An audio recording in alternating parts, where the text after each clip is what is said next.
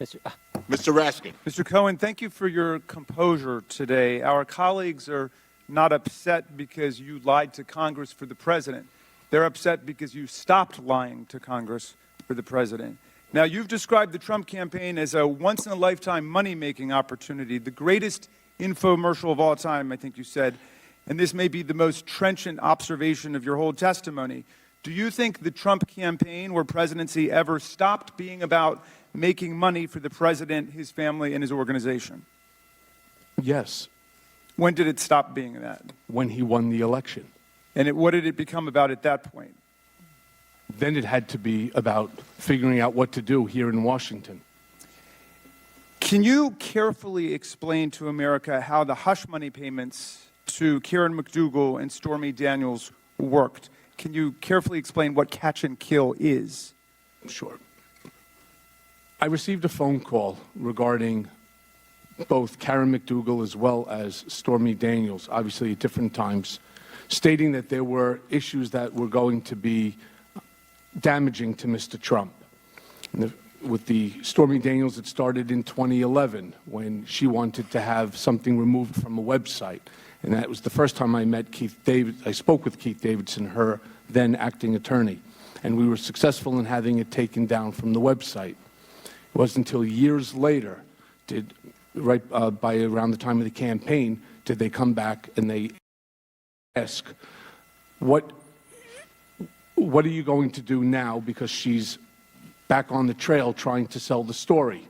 At which point in time, David Pecker, on behalf of the National Enquirer, reached out to her and her attorney in order to go take a look at lie detector test that would prove that she was telling the truth. They then contacted me and told me that she was telling the truth, at which point, again, all the time... She took a lie detector test? She allegedly took a lie detector test and was seen by an employee of the National Enquirer. At which point in time, I went straight into Mr. Trump's office, and I explained why this time it's different than another time. Okay, now, when you say different than another time, were there other women paid sexual hush money by Donald Trump or his organization? Was this a standard operating practice? No. So you're not aware of any other cases where it had taken place? I'm not aware of any other case that Mr. Trump paid. So which brings us to the Karen McDougal. He was supposed to pay. He was supposed to pay $125,000 for the life story of Karen McDougal. For whatever the reason may be, he elected not to pay it. David Pecker was very angry because there was also other monies that David had expended on his behalf. Unfortunately, David never got paid back for that either. So David Pecker had done this in other cases of other mistresses or women? Other circumstances, yes. Okay. Not all of them had to do with women. Are you aware of anything that the president has done at home or abroad that may have subjected him to or may subject him to extortion or blackmail? I am not, no. Okay. Are you aware of any videotapes that may be the subject of extortion or blackmail? I've heard about these tapes for a long time. I've had many people contact me over the years. I have no reason to believe that that tape exists.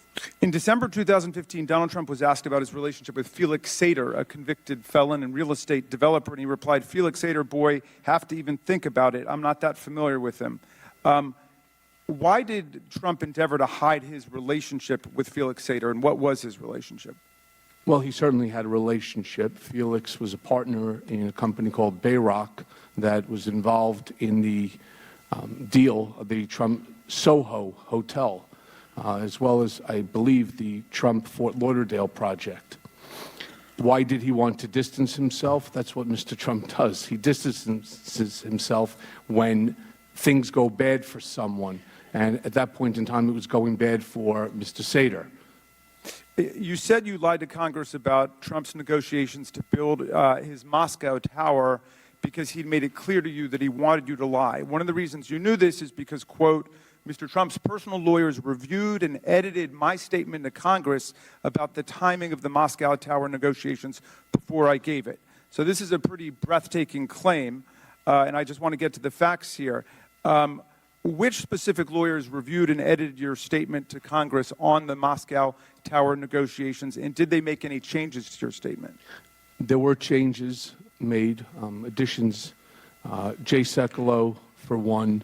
Were there changes about the timing? The question of Gentleman's time has expired. You may answer that question. There were several changes that were made, including how we were going to handle that message, Mr. which Gross, was, were you finished? yes, the message, of course, being the length of time that the Trump Tower Moscow project stayed and remained alive. that was one of the changes. Yeah.